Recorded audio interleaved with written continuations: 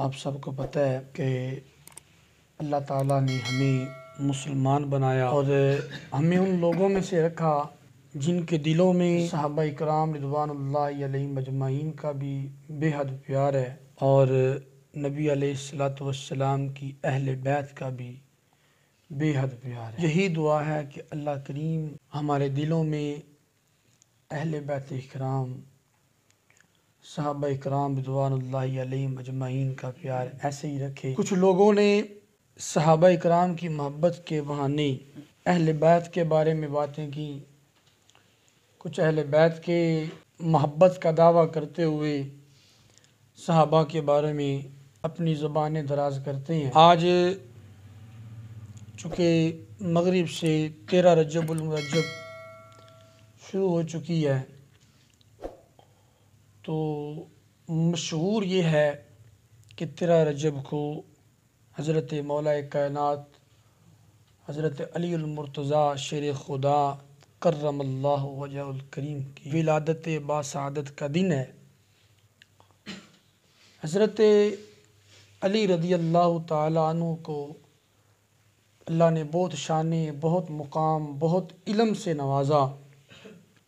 आपकी एक एक बात में हिकमत, दानाई और आपकी एक एक बात वो हुज़ूर अलैहिस्सलातु वस्सलाम के ग़ुलामाना अंदाज़ आपकी एक एक बात से ज़ाहिर होता है। सबसे पहले तो हम सब उनको खिराज अक़ीदत पेश करते हैं और दुआ करते हैं कि अल्लाह करीम आपके दरजात मज़ीद बुलंद फरमाए। एक और नबी अलैहिस्सलातु वस्सलाम का इरशाद है, फरमाया जो कब्र है ये या तो जन्नत के बागों में से एक बाग है या जहन्नम के गढ़ों में से एक गढ़ है। कब्र में जाना ये एक ऐसी हकीकत है जिसका इनकार करना इंसान के लिए नामुमकिन है। कब्र में जाना ही जाना है, हर हाल में जाना है। कब्र की जो ज़िंदगी है वो क़यामत तक है। इंसान कुतुब में आता है कि जब माँ के पेट में होता है ना तो वो ये समझता है कि इससे बड़ी कायनात कोई नहीं है। वो ये समझता है कि बस, हालांकि वो अपने हाथों को बहुत ज़्यादा हरकत भी नहीं दे सकता, लेकिन उसके बावजूद ये समझता है कि ये बहुत बड़ी कायनात है, इससे बड़ी कायनात कोई नहीं। लेकिन जब वो दुनिया में आता है तो उसे पता चलता है कि वो तो शायद कोई नहीं थी, असल दुनिया तो ये है। तो इसी तरह हम ये समझते हैं कि कब्र को 3-6 की होती है, बस एक चारपाई की जितनी जगह होती है और बस। हालांकि कब्र एक जहान है। इंसान जब कब्र में जाता है ना फिर पता चलता है दुनिया क्या थी, असल जहान तो ये है। असल कायनात तो वो कब्र है। तो हुजूर ने इरशाद फरमाया कि जो कब्र है या तो जहन्नम के गढ़ों में से एक गढ़ है या जन्नत के बागों में से एक बाग है। तो मैं आता है कि जब नेक बंदा दुनिया से जाता है ना तो कब्र में पहुंचते ही उसके सामने एक औरत ज़ाहिर होती है जिसके गले में एक हार होता है। वो बंदा उस हार को पकड़ने के लिए अपना हाथ करीब करता है। जो ही उसका हाथ करीब होता है तो वो हार टूट जाता है और उसके जो मोती हैं वो ज़मीन पर बिखर जाते हैं। अब वो उनको उठाने लग जाते हैं, वो औरत भी और वो कब्र में जाने वाला नेक शख्स भी उन मोतियों को उठाने लग जाते हैं। तो में आता है कि अभी वो इकट्ठे कर ही रहे होते हैं, करके फारिग नहीं होते, पता चलता है कि अल्लाह ताला ने क़यामत को कायम कर दिया। ये नेक की मौत है। आदम अलैहिस्सलातु वस्सलाम हज़ारों साल हो गए हैं, आप तशरीफ़ ले गए। अभी हमारे लिए ये सैकड़ों साल गुजर रही हैं, लेकिन आप कह लें कि वो मोती ही इकट्ठे कर रही हैं। इसके बरक्स जो गुनाहगार की मौत है वो एक एक लम्हा उसके लिए ऐसे है जैसे सदियां हैं, इतना लंबा, ख़त्म होने का नाम ही नहीं लेता। कब्र एक अटल हकीकत है, हमने कब्र में जाना ही जाना है। ये ना कुफार का ये अक़ीदा है कि वो कैसे अल्लाह ताला इंसान को दोबारा इकट्ठा करेगा। कोई कब्र में जब बंदा इंसान जाता है तो ख़त्म हो जाता है, बल्कि कुतुब में ही आता है कि जब इंसान कब्र में जाता है तो मैंने शायद पिछली दफ़ा जिक्र किया हो, जब इंसान कब्र में जाता है ना तो सबसे पहले उसका पेट ख़राब होता है, फिर बकिया जिस्म भी ख़राब हो जाता है, फिर कीड़े पड़ जाते हैं। जब कीड़े पड़ते हैं ना तो मैंने पढ़ा कि आहिस्ता आहिस्ता जो इंसान का जिस्म है वो ख़त्म हो जाता है और फिर कीड़े ही रह जाते हैं।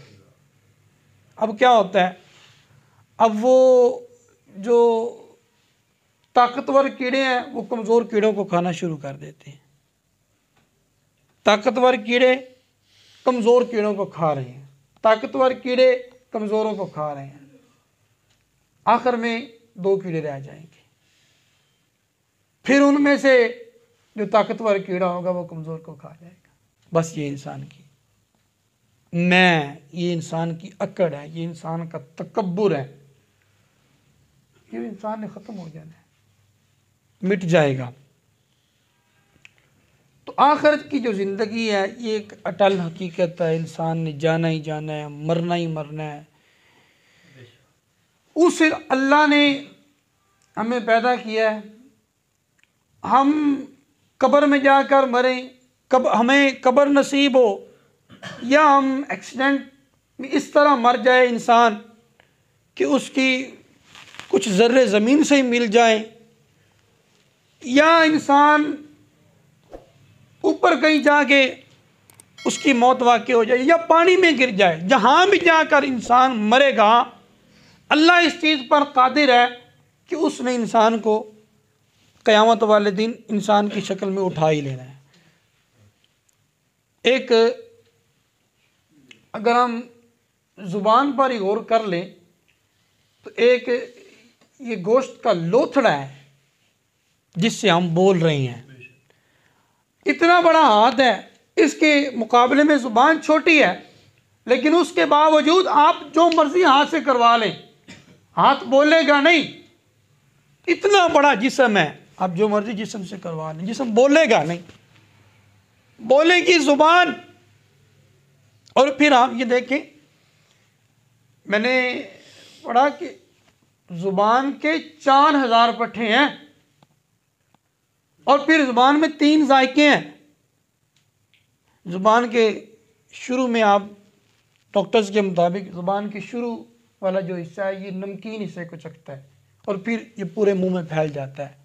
ये जो दरमियान वाला हिस्सा है ये मीठे को चखता है और फिर पूरे मुंह में फैल जाता है, और ये जो एंड वाला हिस्सा है ये कड़वी चीज़ को महसूस करता है और फिर ये कड़वाहट पूरे मुंह में फैलती है।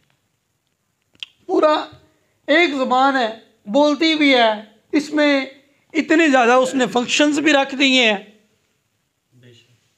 तो जो ये सब कुछ कर सकता है, एक बंदा है ना, उसने माइक बनाया। माइक से पहले माइक का तसव्वुर ही नहीं था, माइक से पहले माइक का तसव्वुर जिसने बनाया, अब उसको तोड़ के भी दे दो फिर भी उसको बना लेगा। माइक बनाया, अब उसको दोबारा तोड़ कर दे दें, अब उसने तो बनाया है, अब वो दोबारा फिर बना लेगा। इसी तरह वो मालिक कायनात है, वो कायनात को तख्लीक करने वाला है, उसके लिए कोई मुश्किल नहीं है। लेकिन मोमिन वो है जो गायब पर ईमान, अल्लज़ीना युमिनूना बिल गैब। ये नहीं है, हमारी अक्ल ही वहाँ तक नहीं है। रूह है ना हमारा, कहाँ है दिखाओ। हम अपनी रूह को नहीं देख सकते, उसकी तख्लीक को, उसकी कुदरत को हम कैसे पहचान सकते हैं कि उसका कितना बड़ा जहान और उसने उसमें फिर क्या रखा और फिर वो क्या कर सकता है। मैंने एक वाक़या पढ़ा, बयान भी किया कई दफ़ा, कि जनाबे बहलोल दना थे ना, आप दरियाए दजला के किनारे पर बैठ के ना वो अपना पाँव रख कर ऊपर मिट्टी डाल कर तो वो छोटे छोटे मिट्टी के घर बना रहे थे। तो बादशाह हारून रशीद वहाँ से गुजरे, उसने पूछा कि बहलोल क्या कर रहे हो? कहा कि मैं जन्नत के मकान बना रहा। तो उन्होंने कहा कि ये हमें मजनू है, पागल है, बैठा हुआ है। आप आगे गुजर गए, पीछे से मलका आई जुबैदा। उन्होंने पूछा क्या कर रहे हो बहलोल? कहा कि ये जन्नत के मकान बना रहा हूँ। जुबैदा ने कहा बेचते हो? कहा हाँ बेचता हूँ। कितने का? कहा 10 दीनार का या 10 दिरहम का, जो भी कहा। तो उन्होंने 10 दिरहम दिए, उन्होंने पकड़े और पकड़ कर उन्होंने दरिया में फेंक दिए। दाता साहब रहमतुल्लाह ताला अलैह फरमाते हैं कि फ़कीर उस वक़्त तक फ़कीर बन ही नहीं सकता जब तक उसकी नज़र में मिट्टी और सोना बराबर ना हो जाए। फिर खुद ही फरमाते हैं ये क्या कमाल हुआ कि फ़कीर के सामने सोना आए मट्टी आए, सोना सोना रहे मट्टी मट्टी रहे, ये क्या कमाल हुआ? कमाल तो ये है कि वो सोने को मट्टी कर दे और मट्टी को वो सोना कर दे। वो ना हज़रत इब्राहीम बिन अदहम को बड़ा ख्याल आता कि अल्लाह ताला मुझे अपना कुर्ब दे। ये बादशाह थे, बड़ा ख्याल आता कि अल्लाह ताला मुझे अपना कुर्ब दे, अपना करीबी बना ले। तो एक दिन छत पे चलने की आवाज़ आई, बाहर निकले तो उन्होंने कहा ऊपर कौन है? ने कहा जी मेरा ऊँट गुम हो गया, मैं वो तलाश कर रहा हूँ। क्या गुम हुआ है? ऊँट गुम हुआ है, मैं वो तलाश कर रहा हूँ। तो इब्राहीम बिन अदहम कहने लगे कैसा बेवकूफ़ शख्स है, कभी ऊँट भी छतों से मिलते हैं? क्या वो कैसा बेवकूफ़ शख्स है जो बादशाही के तख्त पर बैठे और कहे मुझे अल्लाह का कुर्ब मिल जाए। फिर क्या हुआ? फिर वो रात गुजरी। दूसरा वाक़या ये हुआ कि आप क्या वो जो बिस्तर लगता था ना, वो फूलों का बिस्तर लगता था, उस पर फूल बिछाए जाते थे। तो वो एक दिन आपके वो फूलों वाले बिस्तर पे वो जिसने फूल जोड़े थे वो नुकरानी वो सो गई। तो ऊपर से वो आ गए इब्राहीम बिन अदहम, बड़ा गुस्सा आया, तो पकड़ो इसको, इसकी तबीयत सेट करो, इसको मारो। तो उसको मारा जा रहा था, पहले वो रो रही थी, फिर उसने हंसना शुरू कर दिया। इब्राहीम बिन अदहम ने कहा इससे पूछो ये रोती क्यों है और फिर हंसती क्यों है? उसने कहा रो इसलिए रही थी कि मुझे मार पड़ रही थी, दर्द हो रहा था, और हंस इसलिए रही हूँ कि मैं तो इस बिस्तर पर एक लम्हे के लिए सोई हूँ तो मुझे इतनी सज़ा मिल रही है, जो सालों से सो रहा है उसका अशर क्या होगा। तो बात ये कर रहा हूँ बहलोल दना की। आप वो पाँव रख के बनाया, 10 रुपये वो मलका ने दिए, तो वो एक घर के इर्द गिर्द उन्होंने इशारा दायरा लगा दिया, फरमाया ये तेरा घर है। कहाँ पे? जन्नत में। ये तेरा जन्नत में घर है। चले गए। रात को हारून रशीद सोए, क्या देखा कि क़यामत का मंज़र है और एक महल है बड़ा आलीशान, लिखा हुआ है कि ये मलका ज़ुबैदा का है। अंदर जाने लगे तो दरबार ने रोक लिया, उसने कहा अंदर नहीं जाने देना। उसने कहा क्यों? मेरी बीवी का घर है। उसने कहा भाई ये दुनिया नहीं है, ये जन्नत है, यहाँ से इजाज़त लेनी पड़ेगी। घबरा के उठे, बीवी को उठाया, हो बलिए लोके उठ। उसने कहा जी तुमने कौन सा नेक अमल किया है? मैंने जन्नत में तेरा मकान देखा है। उसने कहा मैंने तो कोई नहीं किया, मैं तो वैसे ही रूटीन की नमाज पढ़ती हूँ, रूटीन के काम करती हूँ। उसने कहा नहीं। उसने कहा हाँ हाँ मुझे याद आया, वो मैं उधर से गुजरी थी, वो बहलोल की बात सुनी थी और फिर बहलोल से मैंने जन्नत का मकान ख़रीदा था। तूने कहा ओ ये बात तो मेरी भी उससे हुई थी। अब अगले दिन फिर वहाँ से जान के गुजरा, कसदन वहाँ से गुजरा, इरादतन वहाँ से गुजरा। उसने कहा बहलोल क्या कर रहे हो? उसने कहा जी मैं जन्नत के मकान बना रहा हूँ। कहाँ बेचते हो? कहा हाँ बेचता हूँ। कितने का? कहा आधी बादशाही लगेगी, आधी बादशाही लगेगी। कहा क्यों? कल तो तुम 10 रुपए का बेच रहे थे, आज आधी बादशाही लगेगी। मलका ने 10 रुपए का लिया था। उसने कहा वो आज आए उसके लिए आज भी 10 रुपए का है। उसने कहा क्यों, मेरे लिए क्यों इतना महंगा? तो बहलोल फरमाने लगे कि उसने अंगीठा सौदा किया था तो डट के सौदा करने आया है। हाँ उसने देखा नहीं था तो देख के आया है।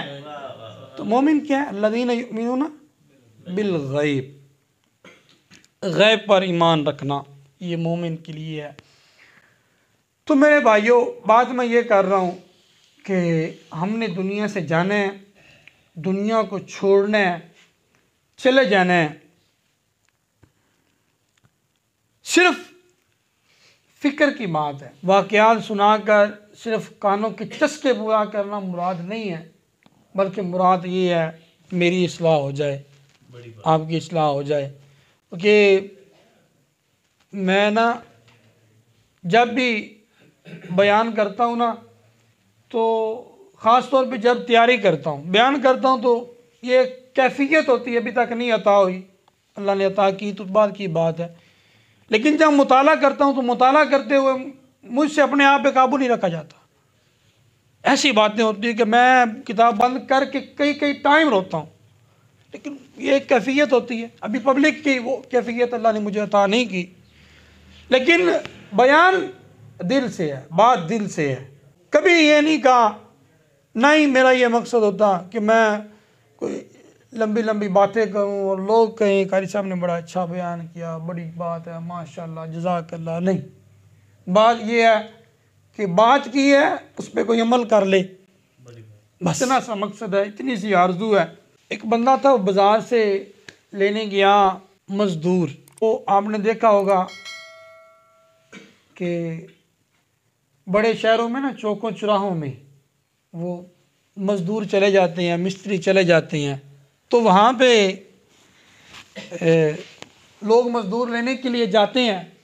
तो वहाँ पे ना एक शख्स, ये मुहद्दिस इब्न जोज़ी ने अपनी किताब में ये वाक़या लिखा है, उयूनुल हकायात आपकी किताब है, आपके वाक़यात। वैसे तो आपने माशाल्लाह 300 आपने किताबें लिखी। ये शेख सादी शराजी के उस्ताद थे मुहद्दिस इब्न जोज़ी, आपने ये वाक़या किताब में लिखा। फरमाते हैं कि उन्हें बाज़ार से मज़दूर लेने के लिए गया, देखा काफ़ी सारे मज़दूर खड़े हुए थे। एक तरफ ना एक बच्चा खड़ा हुआ था। उसने बच्चे से पूछा मज़दूरी करोगे? उसने कहा हाँ करूँगा, लेकिन मेरी 3 शराइत हैं। कितनी? 3 शराइत।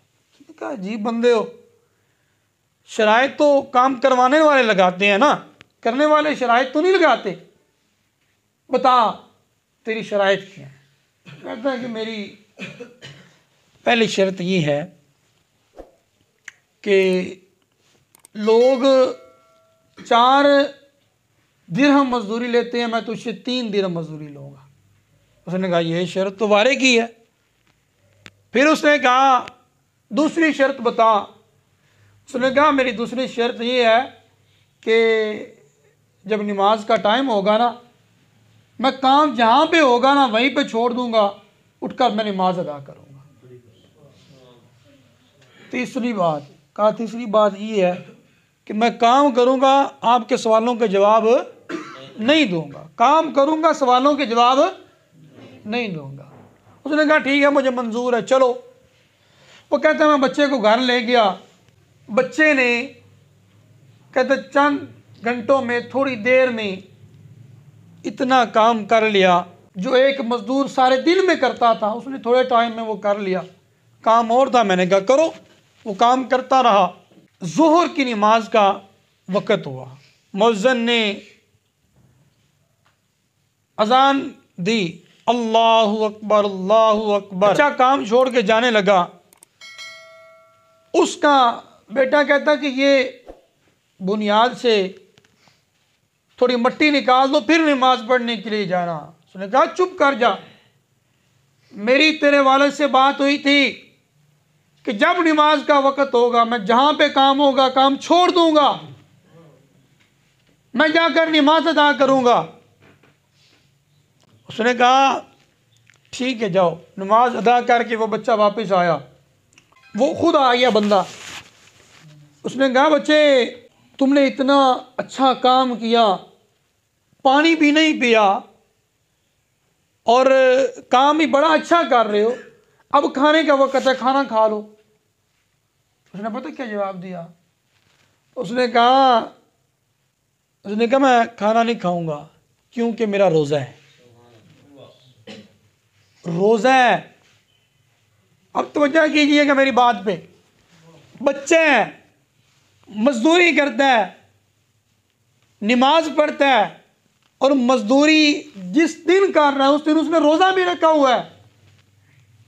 मुझे और आपको देखना है कि हम बैठ के सारा दिन अल्लाह तबारक व तआला की मुख्तलिफ नेमतें भी खाते हैं और फिर उसी की ज़ात में ऐब भी निकालते हैं। ये ऐसा नहीं होना चाहिए था, मेरे मालिक तूने ऐसा कर दिया, तूने ये कर दिया। ये कायनात की ये तख्लीक, ये कायनात की ये तकसीम, ये मेरे ख्याल में इस तरह से होनी चाहिए थी। मैंने अपने इन गुनाहगार कानों से सुना लोग अल्लाह तबारक व तआला के बारे में मुख्तलिफ अल्फाज बकते हैं, ये उसकी नेमतें खा के उसके बारे में बातें करते। तो बात मैं ये कर रहा हूँ कि उस बच्चे ने कहा कि मैंने रोज़ा रखा हुआ है। उसने कहा काम करो। सारा दिन शाम तक उसने काम किया, मजदूरी ली, जाने लगा। उसने कहा बेटे बताओ तुम्हारा नाम क्या है, तुम्हारा नाम क्या है? उसने कहा मेरी आपसे बात हुई थी, मैं काम करूंगा और सवालों का जवाब नहीं दूंगा, सवाल का जवाब नहीं देना मैंने। उसने कहा चलो ठीक है ना दो, ये बताओ कि कल कहाँ पे मिलोगे? उसने कहा मुझे आप सियाने बंदे लगते हो, कल किसने देखी है, कल किसने देखी है? जब कल होगी कल की बात कल करेंगे। वो कल जाता है मजदूर लेने के लिए उसी चौक में, लोगों से पूछता है। लोगों ने बताया कि वो बच्चा ना हफ्ते में सिर्फ एक दिन आता है और वो कहता है कि मेरा हफ्ते का गुजर जो है वो 3 दिरहम से हो जाता है, हफ्ते का मेरा गुजारा 3 दिरहम से हो जाता है। बकिया वो हफ्ता दिन को रोज़ा रख के हुजूर की ज़ात पे दुरूद पढ़ता है, रात को नवाफिल अदा करता है और कुरान की तिलावत करके अपने अल्लाह को मनाता है। उसने कहा वो सिर्फ हफ्ते वाले दिन आता है। उसने पूरा हफ्ता इंतज़ार किया, जब हफ्ते का दिन आया वो फिर आ गया। उसने पूछा वो बच्चा नहीं आया? उन्होंने कहा कि उस बच्चे की तबीयत ख़राब है, वो बच्चा तो बीमार पड़ा है। उसने कहा कि कहाँ पे? उन्होंने बताया कि फ़लाँ कब्रिस्तान के साथ एक झोंपड़ी है, वहाँ पे वो बच्चा बीमार पड़ा है। कहता कि मैं वापस उसके पीछे गया, मैंने जाकर वहाँ पे दस्तक दी उसके झोंपड़ी के दरवाजे को। वो बच्चा मेरा नाम लेकर कहता है फलां अंदर आ जा। वो कहते दरवाज़ा खुद ब खुद खुल गया। मैं अंदर चला गया, देखा तो उस बच्चे की तबीयत ख़राब है, बुखार से तड़प रहा है। मैंने उससे पूछा कि तुझे क्या हुआ? उसने बताया मेरी तबीयत ख़राब हुई और कहने लगा अच्छा हुआ तुम आ गए, ये 3 दिरहम है, ये पकड़ो, और ये एक अंगूठी है, ये भी पकड़ो। और बात सुनो मेरी, मैं ना आज रात को इंतकाल कर जाऊंगा, मैं आज रात को दुनिया से चला जाऊंगा, दुनिया को छोड़ दूंगा, और ये मेरे दो काम है, ये कर देना। एक तो ये 3 दिरहम पकड़ो, मैं फौत हो जाऊंगा, कुछ 2-4 लोग लेकर सुबह आना, ज्यादा लोगों को ना बुलाना, ज्यादा लोग इकट्ठे ना करना, बस 2-4 लोग लेकर आना, और आकर मुझे गुस्ल देना, मुझे इन 3 दिरहम से कफन देना, और जनाजा पढ़ाकर खामोशी से मुझे दफन कर देना। और दूसरा, ये अंगूठी लो, कल असर के वक़्त बादशाह हारून अर रशीद, जिसकी हम पहले बात कर रहे हैं, वो यहाँ से ना वॉक करता हुआ गुजरेगा, सैर करता हुआ गुजरेगा, उसे आवाज़ देना, वो तेरी बात को सुनेगा नहीं, उसे फिर कहना, और मेरी बात सुन, तेरी एक अमानत है मेरे पास, वो तुझे अपने पास बुलाएगा, ये अंगूठी उसको दे देना। ये बंदा बड़ा हैरान है। और फिर वो साथ ही बच्चा कहने लगा बस अब आप चले जाएं, अब टाइम बहुत थोड़ा रहता है, मैंने अपने अल्लाह को मनाना है, टाइम बहुत कम रहता है, मैंने अपने। और उस बच्चे को तो अल्लाह ने कशफ अता किया, वो बच्चा पहचान गया, मैंने आज रात को दुनिया से चला जाना है। और मुझे और आपको तो इतना भी नहीं पता कि हमने अगली सांस भी लेनी है कि नहीं लेनी। जिंदगी के एक लम्हे की हमें तसल्ली नहीं है, खबर नहीं है, और फिर भी हम दुनिया में किस काम पे लगे हुए हैं, किन चीज़ों पे लगे हुए हैं। झूठ बोलकर अपना माल बेचते हैं, सूद हमने नहीं छोड़ा, बुरे काम हम करते हैं, गुनाह हर किस्म का हम करते हैं, नमाज हम नहीं पढ़ते, और फिर नेमतें भी उसकी खाते हैं, रिज़्क भी उसका खाते हैं। उस बच्चे ने उसने कहा मैंने आज रात को फौत हो जाना है, चले जाओ, अब बस मुझे अपने अल्लाह को मना लेने दो। वो चला गया, कहता कि मैं सुबह आया, दूर दूर से खुशबू आ रही थी, कहता मैं दरवाजे के करीब पहुंचा, दरवाज़ा पहले दिन की तरह खुद ब खुद खुल गया।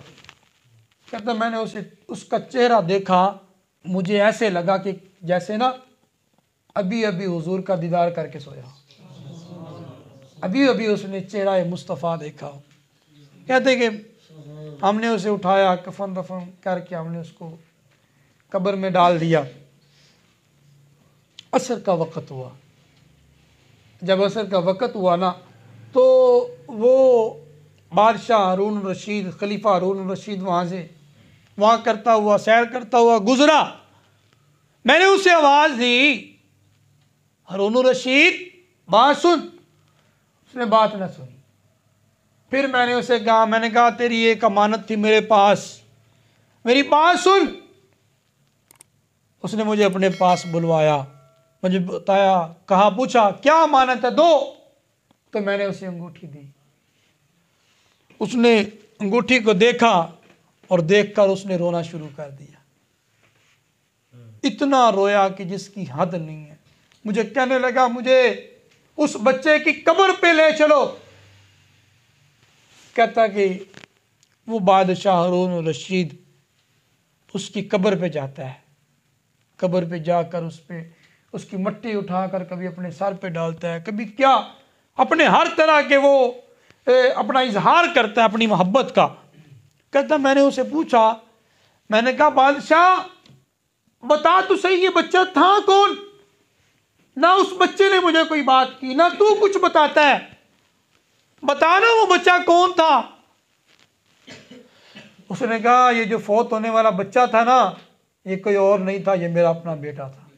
बादशाह हारून रशीद का बेटा मेरे पास 4 आने आ जाए ना तो मैं अपने आप से बाहर हो जाता हूँ। मैं पैसे वाला हूँ, मेरे पास गाड़ी है, मेरे पास बैंक बैलेंस है, मैंने इंसान को इंसान ही नहीं समझना। क्योंकि मेरे पास पैसा जो है। लेकिन सोचे तो सही, देखे तो सही, वो बादशाह का बेटा था, खलीफा वक्त का बेटा था, लेकिन उसके दिल में आखिरत की फिक्र थी। उसे पता था यार मैंने इस दुनिया को छोड़ना है, मैंने इससे जाना है, ये आरजी है, ये वक्ती है, वो हमेशा वाली जिंदगी तो आगे है। ये जो महंगाई का बग आया हुआ है, देखिए तो सही, इसमें हर बंदा फिक्र को पड़ा हुआ है। डॉलर कहां पे पहुंच गया, महंगाई कहां पे चली गई, कितने लोगों को मुलाजमतों से निकाल दिया गया, क्या है, खत्म है काम, पता नहीं मुल्क किस तरफ जाए, मुल्क के हालात क्या हो जाए। तो इंडिया ने भी कहा ना, उसने कहा हमने इस मुल्क को इस हालत पे छोड़ दिया कि ये जंग करने के काबिल ही नहीं रहे। क्यों? हमारे निज़ाम में सूद भी तो है। नबी अलैहिस्सलाम ने मना किया, अल्लाह ताला ने खुद मना फरमाया कि सूद जो खाता है वो मुझसे ऐलान जंग करता है। हमारे मुल्क का निज़ाम ही इस तरह। अच्छा, मैं मान ये कर रहा हूँ, जो भी हो जाए, जैसे भी हो जाए, हमने अपने पेट को पालना है। किसके लिए? ये आर्जी जिंदगी के लिए। आखिरत वाली जिंदगी के लिए हमने क्या किया है, हमने क्या कोशिश की है, हमने क्या। हालांकि इंसान को पता है कि मेरा मालिक वो है जो जिससे सच्चे दिल से बंदा तौबा करे ना, सच्चे दिल से माफ़ी मांगे तो अल्लाह माफ़ कर ही देता है। अल्लाह बड़ा करीम है, वो इंसान को माफ़ कर देता है। हाँ, अंदर सच्ची तड़प हो, माफ़ी मांगने वाला हो। जिस तरह मैंने पहले बताया था पिछली दफ़ा भी कि तौबा ये है कि बंदा पिछले तमाम गुनाहों को छोड़ दे, तर्क कर दे, ये तौबा है। मूसा अलैहिस्सलाम के पास कुछ लोग इकट्ठे हुए, उन्होंने कहा कि जनाब बारिश नहीं आ रही, मेहरबानी फरमाएं, अल्लाह से बारिश लेकर दे। कहाँ तो पड़ गया है, ज़मीन खुश्क हो गई है और प्यास से भूख से मर रहे हैं। आपने कहा सारे लोग बाहर मैदान में आ जाएं, हम अल्लाह से दुआ करते हैं। अल्लाह से 40,000 लोग बाहर मैदान में आए। कितने जाग रहे हैं? कितने लोग आए? 40,000 लोग बाहर मैदान में आए। अल्लाह से दुआ की, या अल्लाह मेहरबानी फरमा और बारिश अता फरमा। अल्लाह ताला ने इरशाद फरमाया मूसा, ये जो 40,000 लोग हैं ना, इन लोगों में से एक बंदा ऐसा है जिस बंदे को 40 साल हो गए हैं। कितने? 40 साल हो गए हैं। उस बंदे ने एक सजदा भी नहीं, वो मेरी बारगाह में झुका ही नहीं, आया ही नहीं, 40 साल से मेरी नाफरमानी कर रहा है। उस बंदे को कहो कि इन 40,000 लोगों में से बाहर निकले और बाहर निकलकर इकबाल जुर्म करे, कहे, माने, इकरार करे कि मैं वो बदबख्त शख्स हूं जिसको 40 साल हो गए हैं अल्लाह की नाफरमानियां कर रहा है। बात मैं ये कर रहा हूं, वो करीम है, वो मालिक है, वो रहीम है, वो रहम करता है, वो इंसान को माफ करता है। वो तो ऐसा करीम है कि ये ईसा अलैहिस्सलाम का वाक़या मिलता है कि आप एक कब्र से गुजरे, कब्र वाले को अज़ाब हो रहा था, वो वापस आए तो देखा कब्र वाला जन्नत में खेल रहा है। अल्लाह से पूछा, या अल्लाह ये क्या?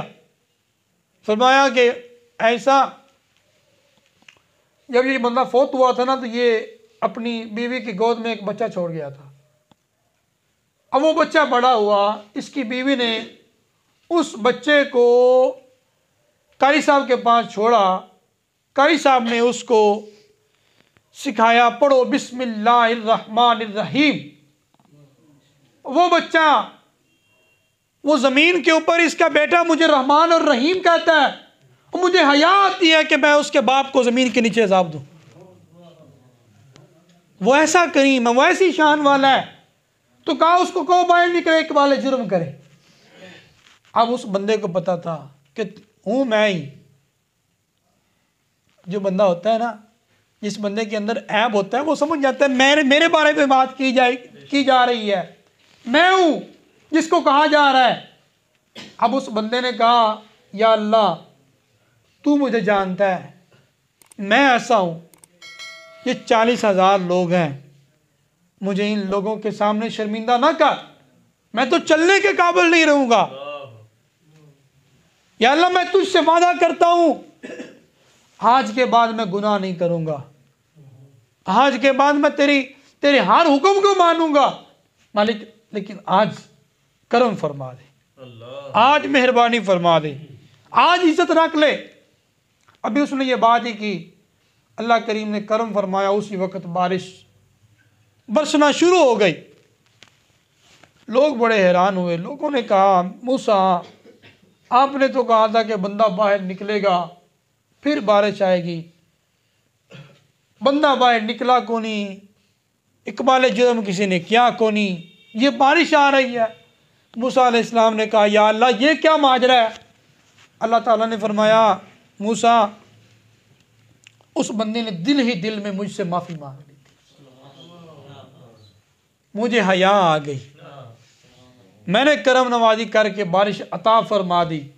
मूसा अलैहिस्सलाम फरमाने लगे, मालिक बता तो सही, बता तो सही कि वो शख्स है कौन, वो कौन है। तो अल्लाह ताला ने फरमाया, मूसा जब वो नाफरमान था हमने तो तब उसको जाहिर नहीं किया था, अब तो वो हमारा अपना बन चुका है, अब तो वो हमारा दोस्त बन चुका है, अब तो वो हमारा प्यारा बन चुका है, अब हम उसको कैसे लोगों के सामने उजागर कर दें। तो वो करीम है, वो मालिक है, वो बंदों को माफ़ करता है, लेकिन जो तड़प है वो अंदर से होनी चाहिए, जो माफ़ी है वो अंदर से होनी चाहिए। गुनाह ना करने का पुख्ता आज़म और किए हुए गुनाह पर शर्मिंदगी, इसका नाम तौबा है। हमने नमाज की दावत को आम करना है, करेंगे इंशाअल्लाह। हमने इस तरह का मुसलमान बनना है जिस तरह के हमारे नबी चाहते हैं, इंशाअल्लाह हम बनेंगे। मैंने अपनी इस्लाह करनी है, आपने अपनी इस्लाह करनी है, फिर अपनी अपनी इस्लाह करने के बाद हमने अपने घरों में इस्लाह करनी है, अपने घरों के इस्लाह के बाद फिर हमने बाहर निकलना है, फिर हमने लोगों को कहना है, फिर हमने लोगों की इस्लाह करनी है, फिर हमने अल्लाह के घरों को आबाद करना है, फिर हमने एक ऐसा माशरा तख्लीक करना है, ऐसा माशरा तश्कील देना है जिस माशरे में देखते पता चले कि ये वो इंसान है जो हुजूर का ग़ुलाम है, ये वो इंसान है जो आका अलैहिस्सलातु वस्सलाम की सुन्नतों पर अमल करने वाला है, ये वो इंसान है जो इस बात का हकदार है कि इस बंदे को कहा जाए कि ये अल्लाह का बंदा है, ये अल्लाह का दोस्त है। अल्लाह ताला हमें अमल की सादत नसीब फरमाए।